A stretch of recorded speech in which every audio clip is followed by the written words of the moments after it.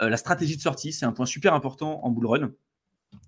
Et toi, Théo, déjà, pour parler un peu de ton expérience, qu'est-ce que tu dirais à quelqu'un qui te dit, voilà, franchement, je suis bien rentré, mais stratégie de sortie, franchement, j'en ai aucune idée. J'ai 10 projets en portefeuille. Est-ce que je regarde le ratio par rapport à du Bitcoin et je le vends en fonction de certains ratios? Est-ce que je prends les extensions de Fibo et j'essaie de projeter en me disant, tiens, ça peut arriver à peu près à tel niveau? Ou est-ce que je regarde par rapport au montant en fiat ou par exemple par rapport à des montants en Ether? C'est quoi l'approche que tu préconiserais, que tu as fait pour toi? Parce qu'on va parler que pour nous, on ne peut pas parler pour tout le monde, mais on va parler pour nous. Et qu'est-ce qui te semble pertinent aujourd'hui pour aider peut-être ceux qui nous regardent aujourd'hui à réfléchir sérieusement et à essayer de créer quelque chose de qualitatif, en tout cas pour les stratégies de sortie? Ouais, ben ça, je pense que déjà pour commencer en préambule, c'est la question, je dirais la plus difficile, parce que c'est même pas comment acheter, est-ce que c'est le bon moment, c'est vraiment quand est-ce que je sors, faire ces estimations. Et je pense que c'est une question légitime pour pas mal de monde, comment je fais pour sortir. Et après, ça va dépendre de la gestion du risque, de comment on a pu rentrer, de plein de choses. Moi, personnellement, ce que j'ai fait, c'est j'ai mon prix d'entrée moyen. Donc, j'accumule en période d'accumulation. J'ai un prix moyen pour le projet. Et après, je vais regarder à sortir par palier et sortir un pourcentage de mon bag à chaque fois. Donc, je fais comme ça. Voilà. J'ai un prix moyen d'achat avec un nombre total de tokens et je sais que je vais sortir par palier. Et à chaque fois, je vends un certain pourcentage.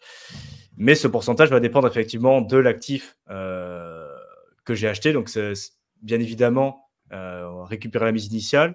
Et après, pourquoi pas prendre des bénéfices petit à petit. Pourquoi pas garder un moonbag. Mais ça va dépendre des actifs que j'ai en portefeuille.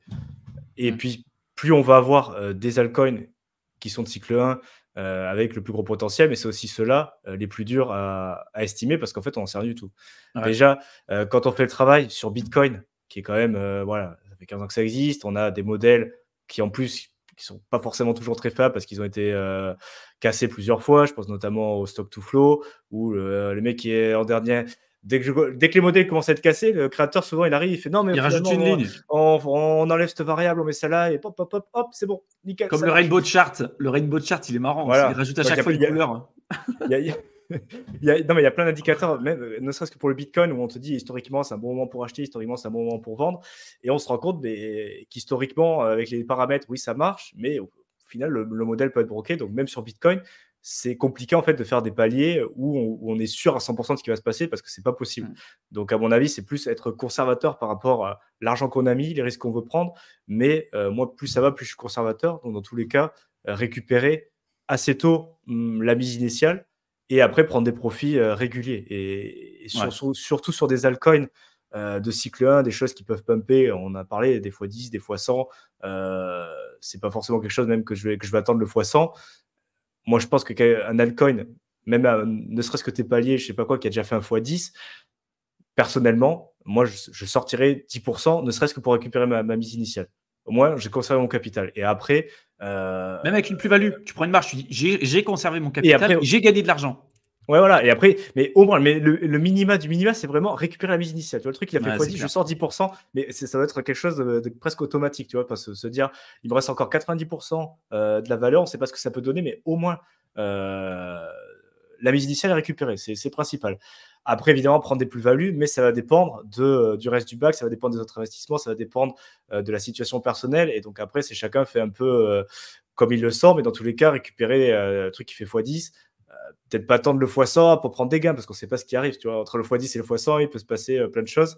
Donc, commencer à sortir petit à petit des plus-values. Et je pense que plus on avance, plus on est conservateur. Et en écoutant d'autres investisseurs sur la macro, les choses comme ça, tu te rends compte que plus les mecs, ils ont de l'âge, plus ils ont d'expérience sur les marchés, de 30, 40 ans. Conservateurs. Exactement, plus ils sont conservateurs et plus ils sortent tôt. Donc, je pense qu'au final, c'est... Pourquoi aussi? Pourquoi?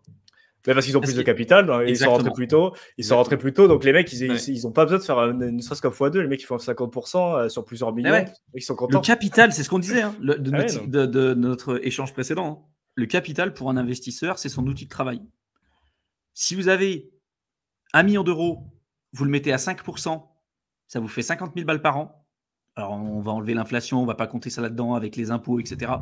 50 000 balles par an. Je ne sais pas à quel montant vous estimez votre liberté financière, mais vous êtes tranquille. Si par contre vous dites ok, j'ai un rendement même un peu plus faible et je prends un rendement plus élevé, je prends un capital plus faible, 500 000 balles, en général depuis les 70-80 dernières années, la bourse a fait du à peu près 10% annualisé. Des fois c'est un peu moins, des fois c'est un peu plus. Si vous faites les choses correctement avec une gestion passive, par exemple une gestion indicielle avec les ETF, vous pouvez faire des trucs super. Et donc 10% sur 500 000 euros, pareil, c'est 50 000 balles par an. Alors, votre capital, il est important. Le problème, c'est que beaucoup de personnes ont un capital qui est petit et ils ont l'impression que pour obtenir des résultats intéressants, il faut forcément qu'ils recherchent un x 100, un x 1000 parce qu'ils commencent avec 1000 euros, 2000 euros. Sauf que quand tu fais ça, tu vas investir sur des projets qui fondamentalement ne tiennent pas la route, tu as très peu de chances de gagner de l'argent et à chaque fois, tu te retrouves à perdre l'intégralité de ton capital. Donc au final, tu ne le fais jamais grossir. Le plus important, ce n'est pas le multiplicateur que vous allez avoir, en final, ni le montant de votre portefeuille que vous avez accumulé à un moment donné, c'est ce qui va vous rester à la fin. Parce que ce qui va vous rester à la fin, en faisant les choses correctement, c'est ça que vous pourrez mettre à votre service et faire en sorte de le faire travailler pour vous. À un moment donné, passer un certain niveau de capital, ça devient débile, quoi. Quand vous... Là, je vous ai donné un exemple. 5% sur 1 million d'euros, c'est 50 000 euros. Quelqu'un qui a 10 millions, 5%, c'est 500 000 euros par an. Et en plus, c'est des stratégies qui sont ultra conservatrices, quoi. Genre, vous prenez pas des risques qui sont démesurément aussi élevés que ce que vous avez en crypto. C'est pour ça que plus les gens ont de l'argent, plus leur objectif, c'est de dire j'extrais une performance du marché, je développe mon capital, je bats l'inflation, et c'est tout. Je suis pas là à essayer de faire le mariole, à essayer de faire des performances dingues, parce que ce que vous voyez aujourd'hui en crypto, c'est possible, et on considère que c'est normal depuis le début, mais c'est une classe d'actifs qui a à peine 16 ans aujourd'hui. Hein. C'est très récent. La bourse et l'immobilier, c'est beaucoup plus vieux. Donc forcément, c'est une classe d'actifs beaucoup plus implantée, avec des risques qui sont liés à chacune de ces classes d'actifs. Mais forcément, c'est beaucoup plus difficile d'obtenir des résultats aussi importants que ce qu'on a en crypto. Mais il y a un moment donné, cette classe d'actifs crypto fera en sorte de maturer aussi. Et ce qu'on considère comme normal aujourd'hui, de faire un x2, x3, x4 sur un bull run, voire même un x10 sur un bull run, peut-être que plus tard, un bon rendement en crypto, dans 30 ans, ça sera du, 10% ou du 7% annualisé. Ce sera tout à fait possible. Parce que les opportunités seront entre guillemets parties et puis tout le monde sera déjà dans la crypto. Donc aujourd'hui, vous devez capitaliser sur ça. Vous arrivez tôt sur un cycle, vous n'êtes pas sur le Bitcoin en 2011, mais vous êtes relativement tôt dans l'émergence d'une nouvelle classe d'actifs. Combien de fois dans notre vie on peut avoir accès à la croissance et à l'émergence d'une toute nouvelle classe d'actifs qui n'existait pas? Jamais. Enfin, tu vois, genre les métaux précieux, ça existait depuis des milliers d'années, l'immobilier, la bourse, ce que tu veux. Là, on entend des nouveaux schémas narratifs avec l'intelligence artificielle et tout ce qui se passe, ok, mais une classe d'actifs, une nouvelle classe d'actifs, c'est hyper rare. Dans notre vie, a priori, on n'aura, à mon avis, pas la possibilité de revoir une nouvelle classe d'actifs se développer. Et quand bien même cette classe d'actifs se développerait, ce sera très compliqué de rentrer très très tôt dessus. Il y a combien de personnes qui sont rentrées en 2009 sur le Bitcoin, 2010, et qui sont encore là aujourd'hui ou qui ont encore le même nombre de Bitcoin? Très peu. La majorité ont perdu leur clé privée. Voilà. Donc, vous êtes sur une classe d'actifs qui est ultra performante. Il n'y a pas une classe d'actifs plus performante de toute l'histoire de l'humanité que la crypto. Donc, profitez de cette classe d'actifs-là pour accélérer votre liberté financière et capitaliser là-dessus. Par exemple, vous prenez de l'argent, vous sortez une partie de la crypto, vous le réinvestissez dans l'IMO, peu importe votre profil de risque que vous faites. Je l'investis en bourse, je l'investis en IMO, je l'investis dans du private equity, je développe une activité, j'en sais rien, moi, sur Internet. Vous protégez là-dessus parce que vous vous dites que ce que vous avez fait là, peut-être sur un cycle ou sur 2 cycles, il y aura très peu de chances et très peu de probabilités que vous arriveriez à continuer à maintenir ce genre de performance par la suite. Ou alors, il faudra accepter des risques beaucoup plus conséquents. Ce qu'on a dit, hein. Les x100 en 2017 ou les x100 en 2016, c'était relativement simple de les obtenir parce qu'il n'y avait personne en crypto. Plus on va avancer, plus ce sera difficile. Donc, pour maintenir ce même niveau de performance-là, ce que vous considérez comme normal aujourd'hui, ça deviendra de moins en moins normal par la suite. Ou alors, il faudra accepter un niveau de risque beaucoup plus élevé. Donc, c'est toujours cet équilibre-là à avoir. Et si c'est des sujets qui vous intéressent, voilà, parler de bourse et tout ce que je viens de vous dire, j'en parle en détail sur Éternel Étudiant. Donc, ma seconde chaîne que j'ai lancée en parallèle de celle-ci. Vous avez le lien dans la barre d'infos. N'hésitez pas à vous abonner. Mais cette stratégie de sortie, elle est super importante. Et pour moi, pour ceux qui se posent des questions aujourd'hui en se disant est-ce que je commence à récupérer une partie de mes bénéfices ou pas, une solution qui pourrait énormément vous aider à, on va dire, déclencher le truc en vous disant c'est bon, je commence à prendre une partie des bénéfices, c'est de mettre en lien le temps qu'il vous faut, l'épargne, par exemple, mensuelle que vous mettez de côté chaque mois et le capital que ça représente aujourd'hui en crypto. Je ne sais pas, vous avez gagné 2000 balles par mois, vous êtes capable d'économiser 500 € par mois.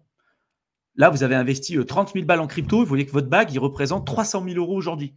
Vous n'avez encore pris aucun bénéfice. Mettez en lien combien d'années il vous faudra pour épargner à coût de 500 balles par mois ces 300 000 €. Faites le calcul. Si à un moment donné, vous dites j'ai X montant en euros et au final, ça représente 30 années d'épargne, 20 années d'épargne, des fois, c'est monstrueux. Hein.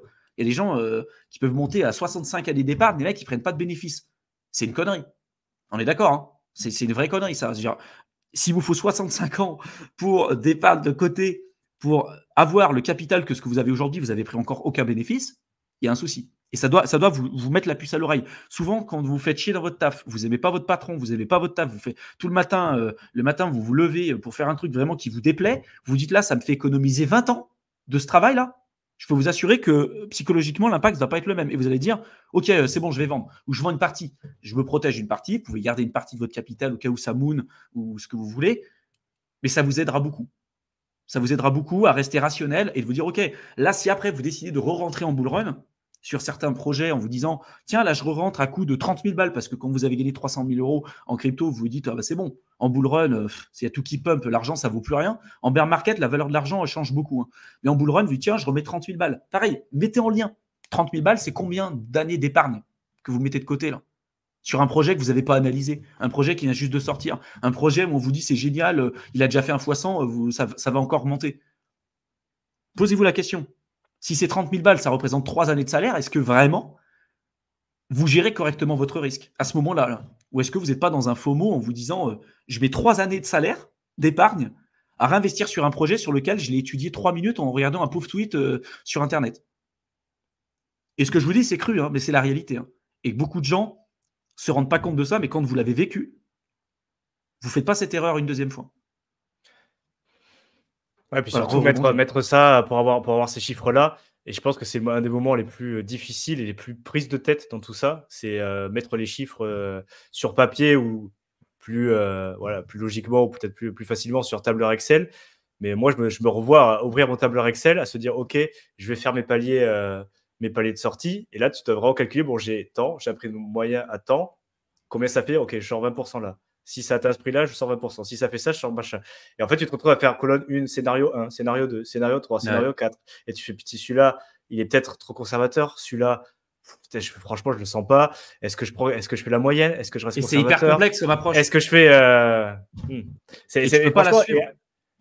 Et surtout, voilà, il faut vraiment être conforté. Mais franchement, si vous ne l'avez pas encore fait, faites-le au moins une fois pour un projet. Vous ouvrez l'Excel et vous faites vraiment ces paliers. Vous dites prix d'achat moyen, le bac total et les scénarios. Ce que je vois, 1, 2, 3. Et déjà, rien que pour le Bitcoin, c'est difficile parce qu'il y a les cycles, il y a les modèles. Mais même comme ça, on ne sait pas trop ce qui peut se passer. Pour les autres altcoins, ça va être encore plus difficile parce que ça va être un peu, est-ce que ça peut faire ça? Est-ce que je me sens confortable s'il se passe ça? Et vraiment faire des scénarios. Scénario 1, je pense qu'il peut se passer ça. Scénario, dans le pire des cas ou le scénario le plus mauvais dans tous les cas, si les événements ne sont pas forcément favorables, qu'il se passe plein de choses, il pourrait se passer ça. Qu'est-ce que ça me fait par rapport à mon investissement? Si ça se passe comme ce que, honnêtement, je peux penser par rapport à ce que j'ai vu, ce que j'ai pu trouver, OK, il se passe ça. Si ça se passe très bien, il se passe ça. Et sûrement qu'il faut plus être dans un scénario mauvais de base que le scénario le plus positif. Si ça passe que dans le scénario le plus positif, c'est assez risqué. Mais c'est pour ça aussi qu'on a dit dans le dernier live que d'avoir énormément de projets en portefeuille. Il me semble qu'il y en a qui parlaient de 20-25 projets en portefeuille. Pour chaque projet, faire ce travail-là. Non, mais c'est trop dur.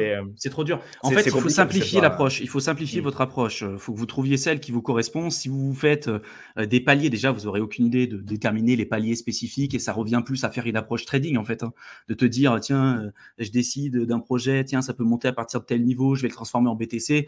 Vous avez très peu de chances d'optimiser ça correctement. Et en plus, si vous faites plusieurs lignes pour chaque projet, vous en avez une trentaine, vous n'arriverez pas à suivre tout ça. L'idée, c'est ce que je dis tout le temps, nous, on ne fait pas de trading, on ne fait pas toutes ces choses-là, on ne fait pas d'effet de levier, on ne fait pas tous ces trucs-là. Vous achetez les périodes de dépression, vous gérez votre risque, vous essayez de revendre dans les périodes d'euphorie.